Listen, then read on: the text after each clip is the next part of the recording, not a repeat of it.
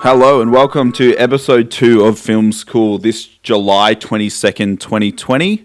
My name is Adam and we are doing the podcast Film School where we talk about all the movies that we've been watching during the week and the big topic for today, The Matrix. Today I have with me the film guru himself, Josh, aka J-Luke. How you doing, Josh? Good evening. Hey guys, I'm doing well. It's good. We have the final girl, Emily Pratt. Hello, Adam. Hey, Ems, how you going? Good, how are you?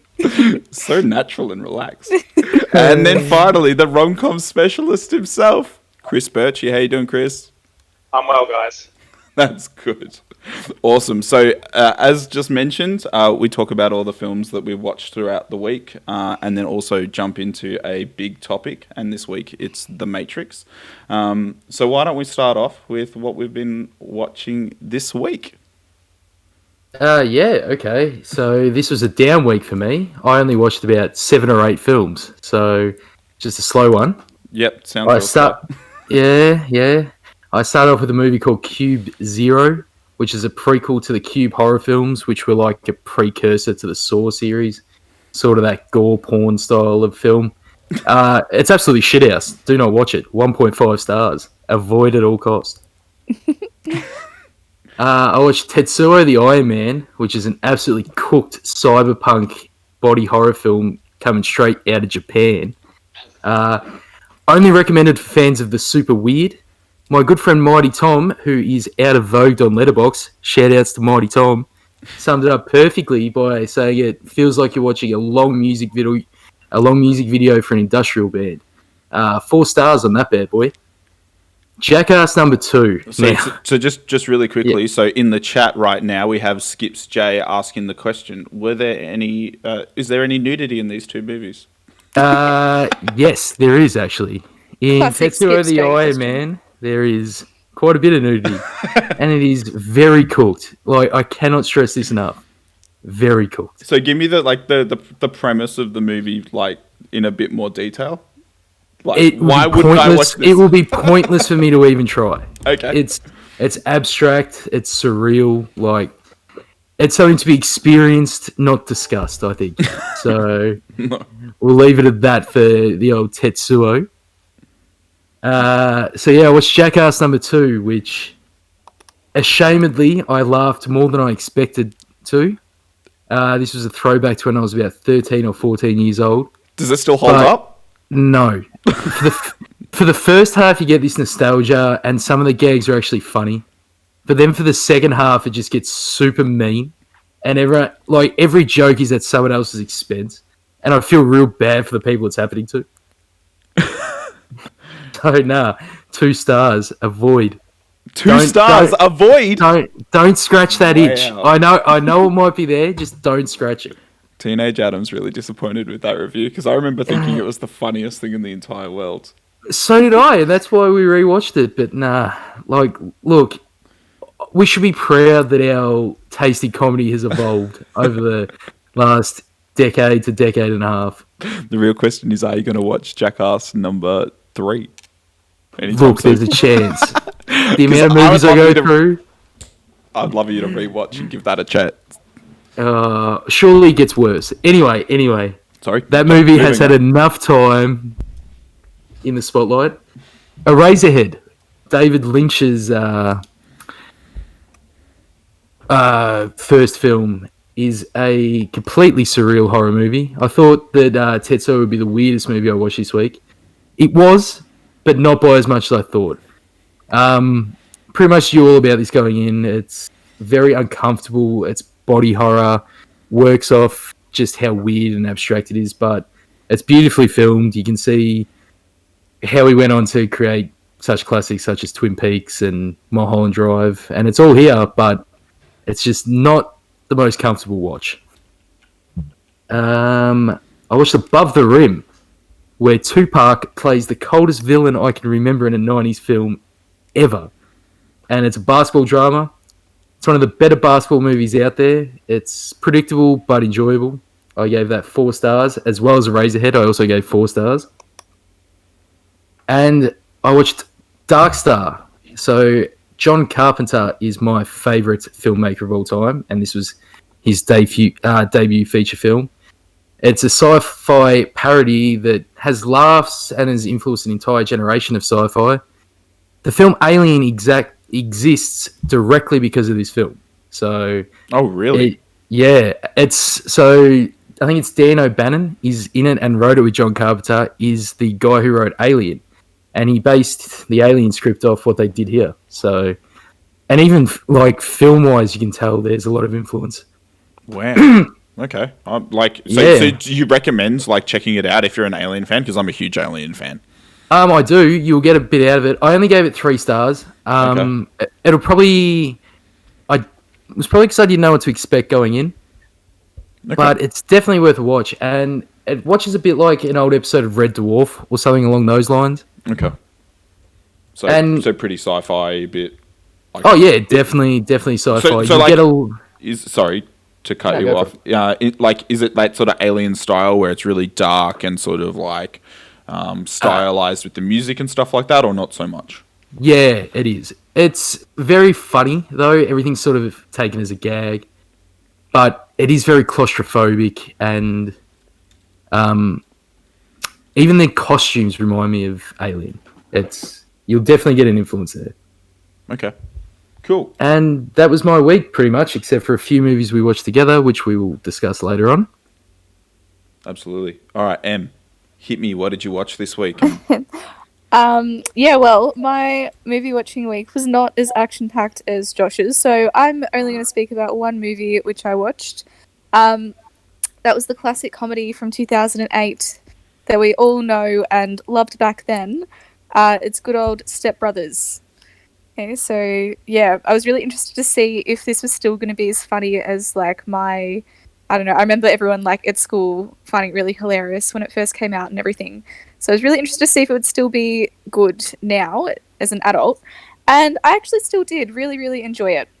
So usually not really someone who enjoys like typically like dumb comedies sort of, as I call them. But it actually made me laugh. Okay, so anything with Will Ferrell then, yeah? Yeah, well, yeah, like some, yeah. I can't stand Will Ferrell. I don't know.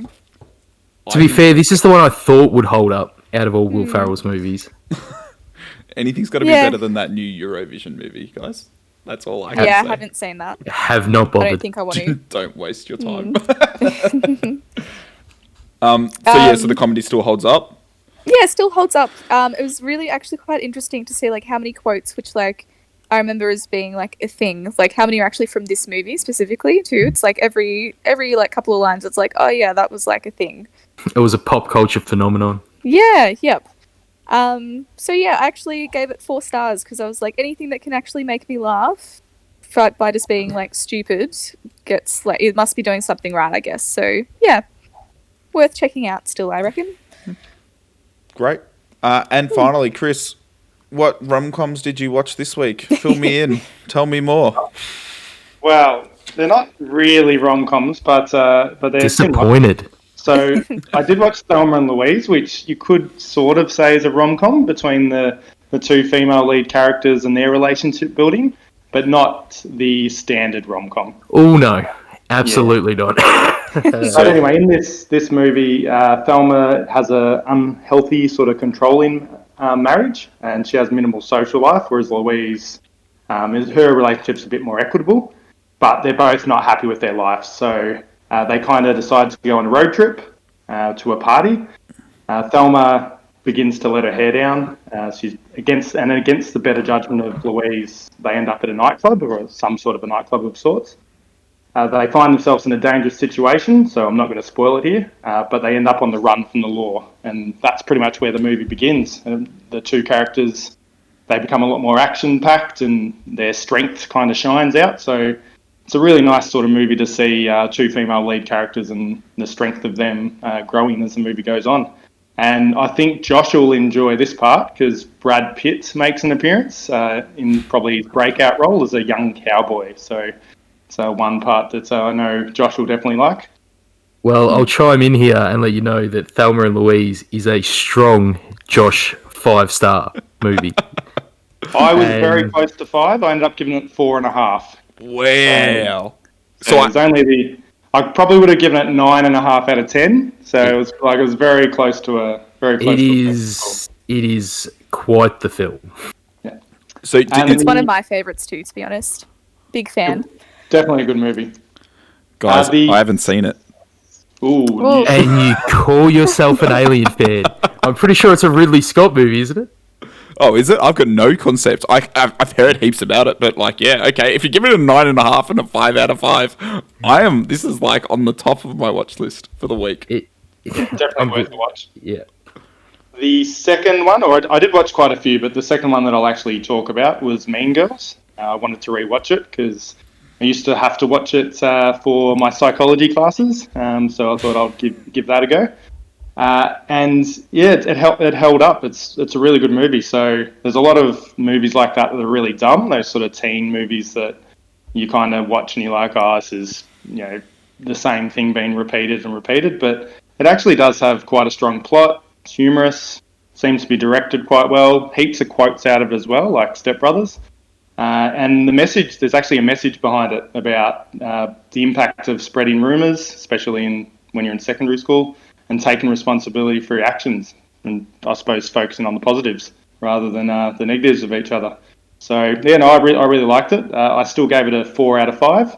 And I suppose one of the things that I thought was funny, because I'm a health teacher, there's a couple of spots where sex ed gets taught, and I have to teach that. And the sex ed teacher obviously didn't really like his job that much and just went straight to the point. So I've got a couple of quotes from it. So the ones that I respected the most were, "Don't have sex because you'll get pregnant and die." And then the second one was, "If you do touch each other, you'll get chlamydia and die." So pretty solid advice. Classic. So they're the two main ones I watched. So I think we're over to you now, Josh. I think Adam. Oh, it's actually me. All right, I watched some absolute trash this week, and maybe we'll save that for the terrible movies for the week. But I can tell you, do not go and see Little Italy. It's on Netflix, and they're advertising it for some God knows reason. It has Hayden Christensen from the original Star Wars series and Emma Roberts. Just stop there. No Hayden Christensen. Just next movie. Next movie, Spider-Man: Homecoming, which I gave a 5 out of 5 because I'm a mega Spider-Man fan. The movie's awesome. It's such a fun time. It is. Yeah. It holds up. My guilty pleasure movie. I will watch this till the end of time. Tom Holland's the best Spider-Man. I'm just gonna chill him in there quickly. Yep. Fuck Tobey Maguire. Fuck Andrew Garfield. Moving on from that. Definitely a romantic element of Spider-Man, though, with the kiss when Spider-Man's upside down. Is that number 1? Tobey Maguire, yeah. That is actually. Let's just state for the record: don't fuck Tobey Maguire. Tobey Maguire was perfectly fine. Yeah. Tom Holland's just better. I don't know. Tom Holland's just better. Yeah, Tom Holland is better. All right. We needed a Tobey Maguire to get to Tom Holland. Correct. Moving on. I watched Ready Player One for the first time since the movies. Gave it a 3 out of 5. Story set in a computer game where they're trying to find Easter eggs. It's fine. It's directed by Spielberg. It's definitely not anywhere near the caliber of movies that he's done in the past. It's okay. Like it's definitely not a return to form for him. And then I watched probably one of the worst movies I've seen in recent times as well, called Tall Girl. And I gave this a 1 out of 10. And it is essentially I didn't even know, it's a teen drama rom-com where there's a tall girl in class who gets ostracized. And then there's another tall guy who joins the school. And she finds out that the tall guy's a dick and that the short guy who was into her the whole time is the love of her life. And that's all I need to say about that. And I did just spoil it, but like... I was going to watch it after this finished. You pitched it so well. I was like, "No, I'm in for this," and now you ruined it. Now my night's ruined. Did you give it more than a 1? No, I gave it a 1 out of 10. Yeah, and the end is so outrageously predictable. But like, if you're up for a fun evening, I suppose, like, don't watch this. Yeah. So there are two movies that we all watched this week in sort of a group chat, and one of those is The Others. Josh, do you want to jump in and tell us a bit more about what The Others was? Yeah, it's a period set horror film, sort of based around a haunted house, starring Nicole Kidman from the early 2000s, I believe. 2001? 2001. Yeah. 2001, very early. It was actually the first time I'd seen this. I'd known about it for a long, long time. Unfortunately, I had the plot spoiled for me a long time ago. But yeah, I still really enjoyed it. I gave it a 3.5, I think, which for this style of horror for me is pretty good. Yeah, this for me, I'd actually owned this on video when I was a child. So I was watching this movie when I was 10 years old. And I was terrified of it. So it was actually really interesting to rewatch it again, as an adult now. Again, having an awareness of the twist and everything too. And I thought it might kind of ruin it for me, but it actually made a very good watch still, because it instead of guessing what was going to happen, I could kind of look for the little hints that they were giving and all the foreshadowing and all that sort of stuff. So yeah, I actually still really rated this movie, and I gave it a 4. So I gave this a 3 out of 5 stars. I'm not the biggest horror fan that you guys know. But it was really good, and particularly the ending, and I don't want to spoil it, was fantastic. And Nicole Kidman did a really great job. There's definitely some pretty eerie bits and some I don't know. I'm a scaredy cat, so watching it in an apartment by myself and even just texting you guys was a bit much for me. Can I chime in here and just say that when we were texting during this, I genuinely thought you were kidding with how scared you were, because I was watching this thinking, yeah, this is all right. They've done a pretty good job, and just analysing it as a film. And you're freaking out. I'm like, surely this is a bit. He's doing a bit, right? Nah. Horror is absolutely not my jam. It gets worse, and with our suggestion for what the movie is for the next week. Can't wait to exploit that. Wet my pants. And Kris, what are your thoughts on it? I was actually going to say it's on the lower end of scariness, so that's exactly what I thought. What you were going with there, Adam. The one thing I would add to it is, because Nathan chimed in before with, is there any nudity? It's definitely not eyes wide shut. So it's a different role for Nicole Kidman there, but I did like it. I found there was a few clues to the plot, but it was definitely well thought out. I thought it was foreshadowed well. Yeah. Yeah, it was really well done. The ending made the film worth the suffering. Yeah, the last definitely the twister, the double twist is very good. And I gave it 3.5 as well. It had more twists than a bag of twisties, as my dad would say. Shout outs to my dad. The other movie that we all watched together was Ocean's 11. Take it away, Josh. Tell us what Ocean's 11's about, and tell me why it's the fucking best. Well, this movie rules.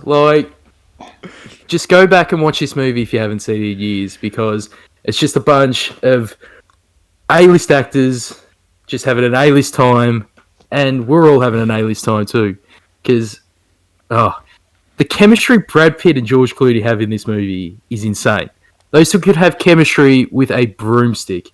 And the fact that they are together, it's too much for my TV screen. So let me it's a 4.5 star for me. I'll just chime in before you take over. Yeah, 100%. So I gave this a 5 out of 5. I think they don't make movies like this anymore. And just listen to this lineup of actors. We have George Clooney, Brad Pitt, Matt Damon, Andy Garcia, Julia Roberts, Bernie Mac, Don Cheadle, Casey Affleck.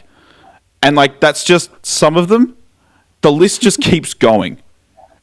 Also, thanks for reminding me there that I did a Bernie Mac double feature this week after watching Above the Rim. And it's also directed by Steven Soderbergh, who has done Side Effects, and actually not a whole lot else. He did do Ocean's 12 and Ocean's 13 though. So Soderbergh's a jet. yeah, that's it. Oh, he actually also did Contagion. He's Oh, Man, wow. he's done some really big movies. Oh, also, Magic Mike, now that I'm looking. I still have to watch Magic Mike. I'm very keen for a watch. I'm also maybe far more interested in that as an option for next week. Any other thoughts on Ocean's 11, guys? I think you've said it all. Just all-star cast, all-star casino heist. That's about all I've got to add to it. Yeah. Really good. I gave it a bit of a low, like not a low rating, but like lower than you guys. I gave it a 4. Like, Yeah, loved four the for me cast as and well. everything. It was like solid movie, great cast, but like I don't know, didn't like do anything amazing for me, if that makes sense. Wow. So sorry. Fair enough. I know. No, Sorry. it's just. That hurts so much more than I thought. I know. I was a bit nervous to say that. I was like, oh, do I say it or not? But just wanted to be honest and. No, that's fair. Yeah. I guess that's the curse of heist films. Yeah. All right, so I think that's probably a good place to stop, like what we've been watching this week. And now it is time to jump into the big topic. And I wish I had a jingle, but Emily hasn't provided one. So I'm sorry. All right, so The Matrix. This is a movie directed by the Wachowski brothers in 1999. It essentially set the tone for action films for the next 5-10 years, and we're still seeing its influence today. It features Keanu Reeves, Lawrence Fishburne, Carrie-Anne Moss, and Hugo Weaving, just to name some of the people. In Australia, it was distributed by Roadshow Films, and in the States, I didn't write it down because I don't care because I'm Australian. Part of this movie is, most of this movie is actually shot in Sydney. I don't know if you guys picked that up. I saw a Westpac image in the background of one of the scenes. It's all shot in Sydney, but it's based in Chicago. It only cost $63 million budget and produced $465 million box office. It has a runtime of 1 hour and 36 minutes. So I guess what was everyone's initial thoughts on The Matrix, and had anyone not seen it before? I had seen it once when I was in Year 10, so like a decade ago. And yeah, I remembered very little of it. So for me, it was more or less like a first watch, I guess.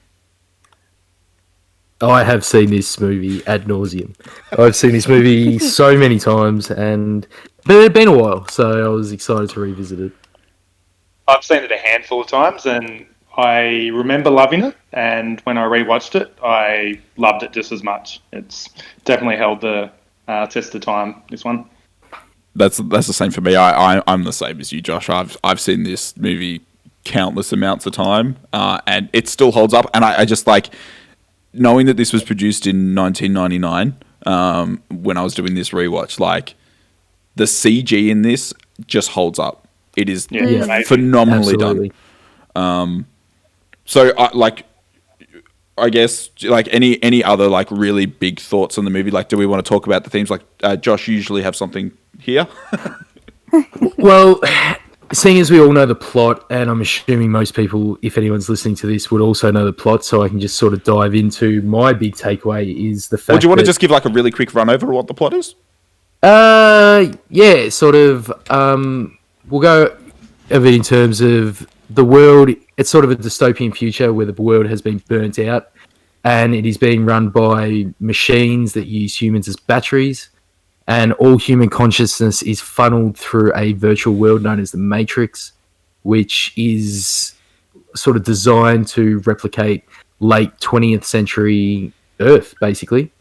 And yeah, that's pretty much the basic outline of the plot. Yep. There's a group of humans in the real world who pull people out of the Matrix and use them to sort of fight against the machines. And there is one called Cypher. It was Joe Pantoliano from Memento, wasn't it? Who played Cypher, I believe. The bald guy. That's a great question. Not sure. Anyway, I believe it was. Anyway, Cypher. It did look like him, yeah. I believe it was. Yes, if it wasn't, is. I apologise. It is Joe There you Pantoliano. So we watched. So in 2 weeks, we've done 2 Joe Pantoliano movies and 2 Carrie-Anne Moss movies.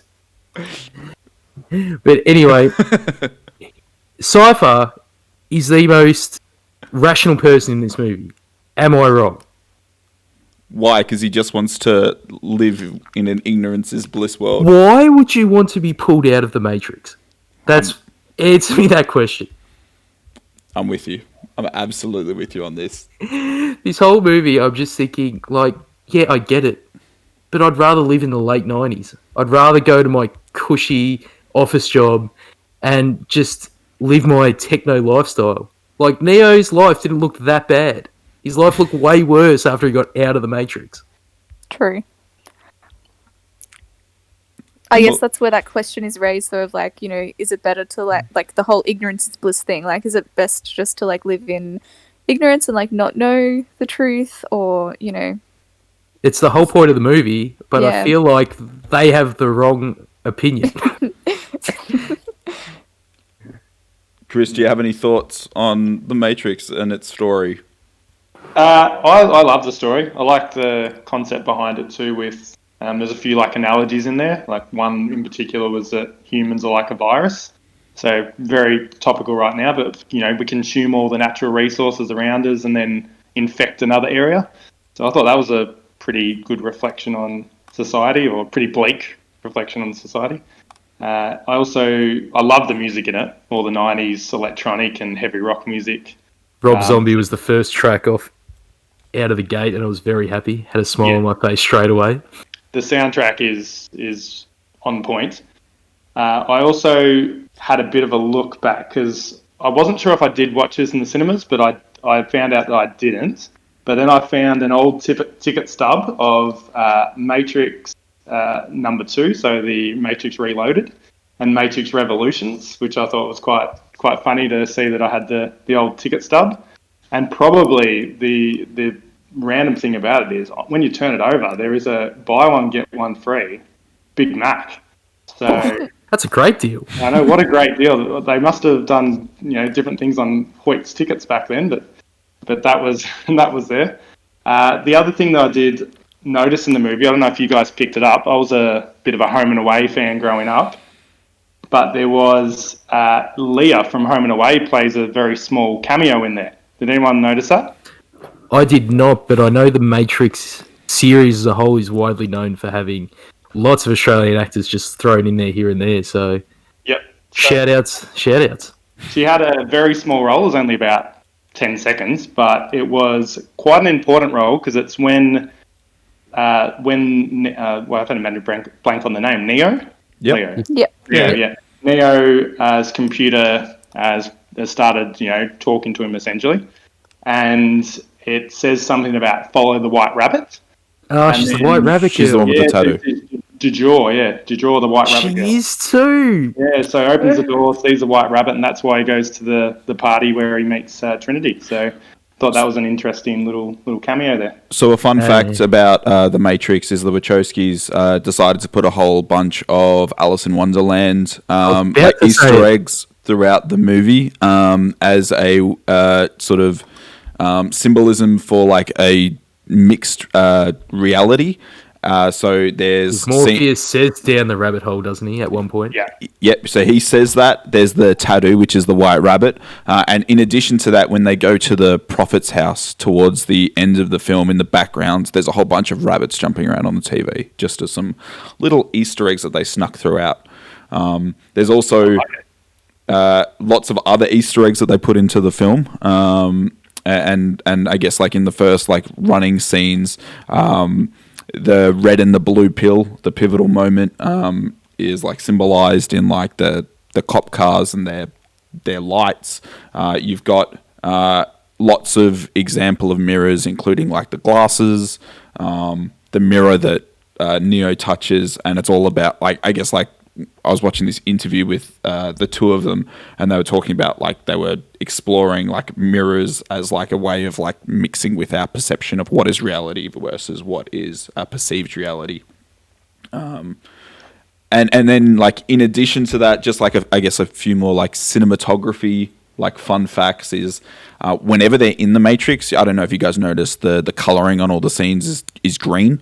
Yes, and then definitely. as soon as they move to the real world, it goes to sort of like a bluish color. So that was something that they were pushing for.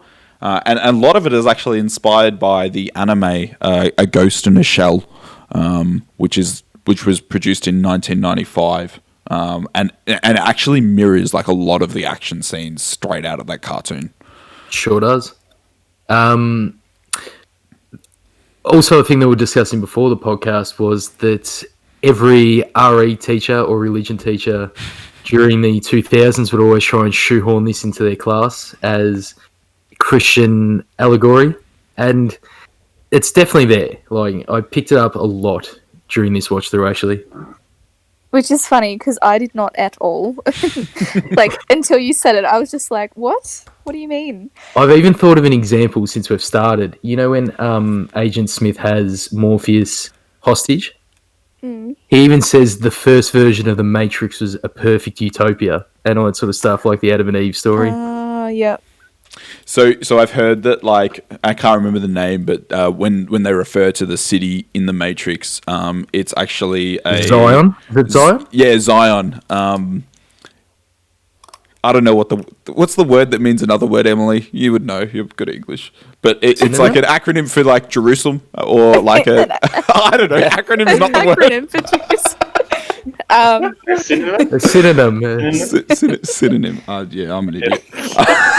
That's very close. There it is, Em. There's the idiotic thing that I said. It was coming. And we knew it was coming. Highlight of the episode. May I say? Another thing that I saw that like was Neo is. Fuck, I'm using too many words that mean other words, and I don't know what any of those words are. But like, you can rearrange it to be like one, and they were like, oh, okay. Yes, the one. Yes. That one's not really hidden that well, is it? It's hard to do whatever that is with a three-letter word. Is it an anagram? That's the one, I think. Yeah. Is it? Yeah, I believe. I think so. Yeah. Or something like Dog and God or something. Yeah, exactly. That's exactly right. Yeah. Oh, but that's backwards. Yeah. Neo. We're off the rails here, ladies That's a and gentlemen. palindrome, guys. That's a palindrome. There we go. That's a word I've heard before. Yeah, I didn't see the Jesus or the relationship to Christ and Which God is and like all that quite stuff. funny. Trust me, by the time you get to the last one, It makes a by lot the more time sense. you get to the last one, it is very Jesus heavy. Oh my god, he's going to sacrifice himself, isn't he? I can't remember the last three or the last two at all. Spoiler alert. You're right.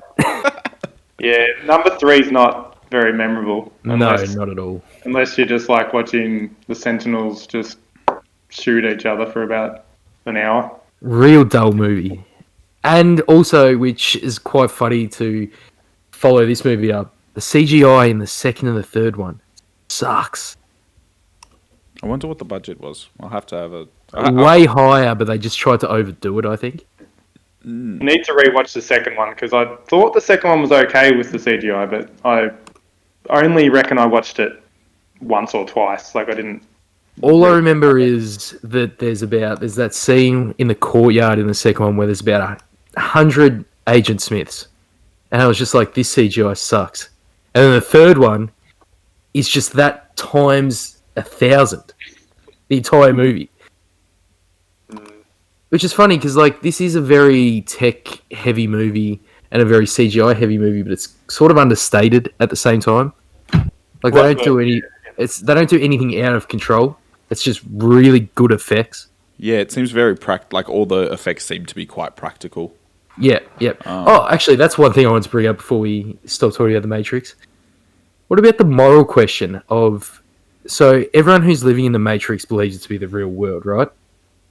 Yes, that's correct. What about the scene where Trinity and Neo go into that lobby and just mow down civilians? Like, I get it, you're trying to save Morpheus, but at the end of the day, those are just guys going to their job. They don't know The Matrix isn't real.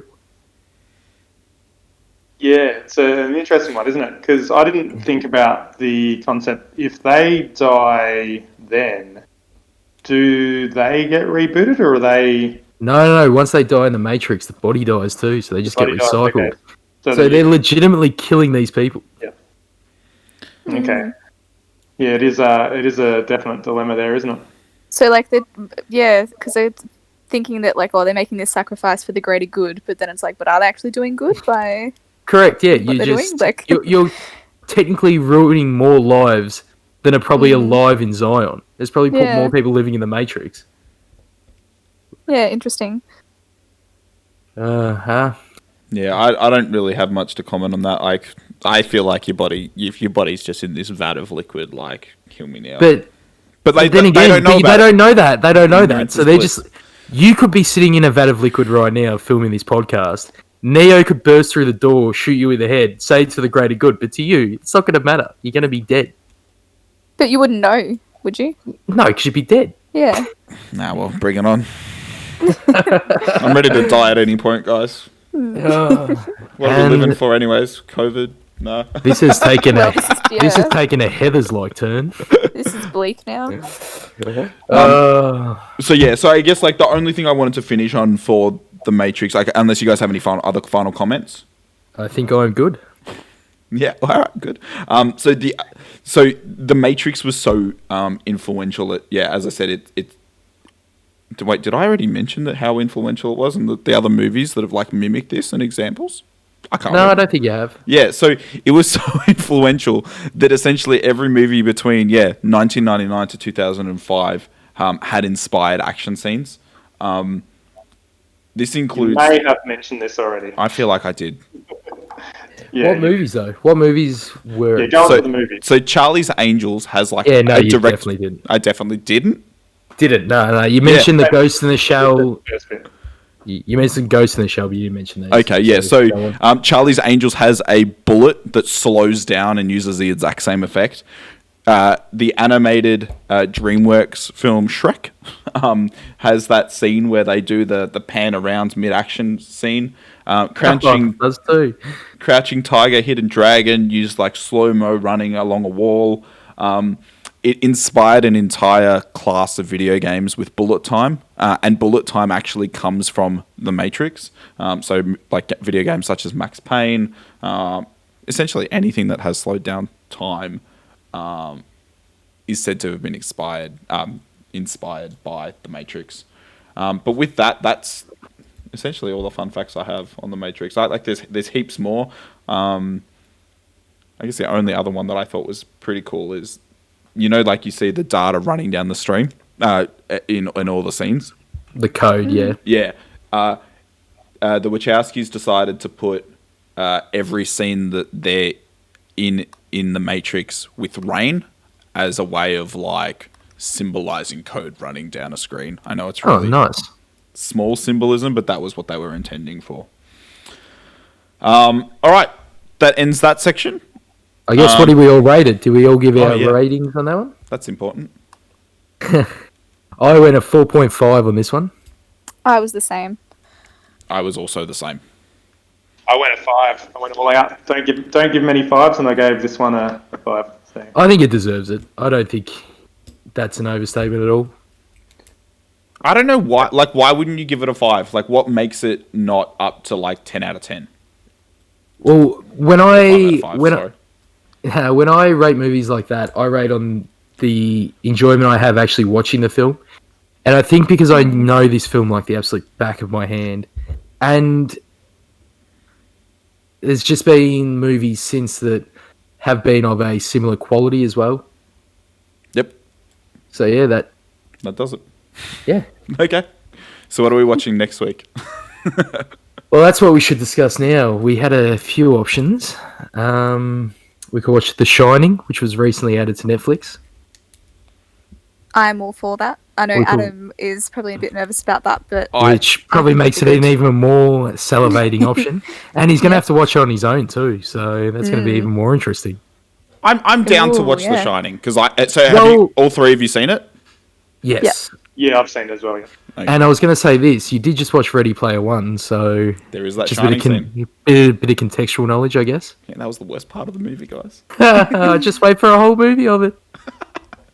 All right, yeah, I reckon. Let's not beat around the bush. I'm happy to lock in The Shining. Me too. All right, sounds great.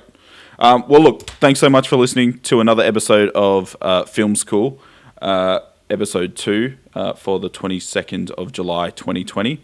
My name's Adam, and this is Kris, Josh, and Emily. And we're signing off. Thank you so much for listening, and we'll catch you next week.